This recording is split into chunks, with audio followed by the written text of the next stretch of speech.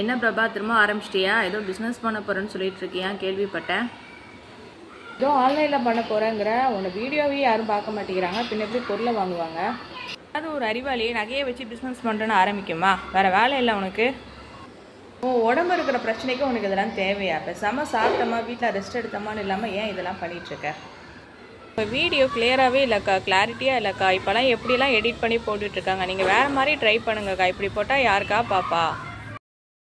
இப்படி தாங்க 2 நாளாகவே அவங்கவுங்க கருத்தை எனக்கு சொல்லிகிட்ருக்காங்க. பட் அது பாசிட்டிவாக மேக்ஸிமம் சொல்லவே இல்லை, எல்லாருமே நெகட்டிவாக தான் சொல்லிகிட்ருக்காங்க. எல்லோரும் என்னவோ நான் கோடிக்கணக்காக பணத்தை உள்ளே போட்டு பெரிய லெவலில் பிஸ்னஸ் பண்ண போகிறேன்னு நினச்சிட்டு ஒவ்வொன்றா சொல்லி பயன்படுத்திகிட்ருக்காங்க. நான் ஏதோ சும்மா இருக்கக்கூடாது, ஏதோ ஒன்று நம்மளால் என்ன முடியுதுங்கிறத பார்க்கலான்னு சொல்லிட்டு ஒரு ட்ரை பண்ணணும்னு சொல்லி தான் இதை எடுத்திருக்கேன். பட் அதுக்கே இவ்வளவு எதிர்ப்பா அப்படின்னு சொல்லி நான் எதிர்பார்க்கவே இல்லை. என்னோடய ஃபோன் மோசமாக தான் இருக்குது. ஆமாம், என் ஃபோன் கொஞ்சம் பழைய ஃபோனு, எனக்கு கேமரா நாலேஜ்லாம் பெருசாக கிடையாது. ஏதோ எனக்கு தெரிஞ்ச அளவு வீடியோ எடுத்து போட்டுட்ருக்கேன். எடிட்டும் எனக்கு பெருசாக தெரியாது.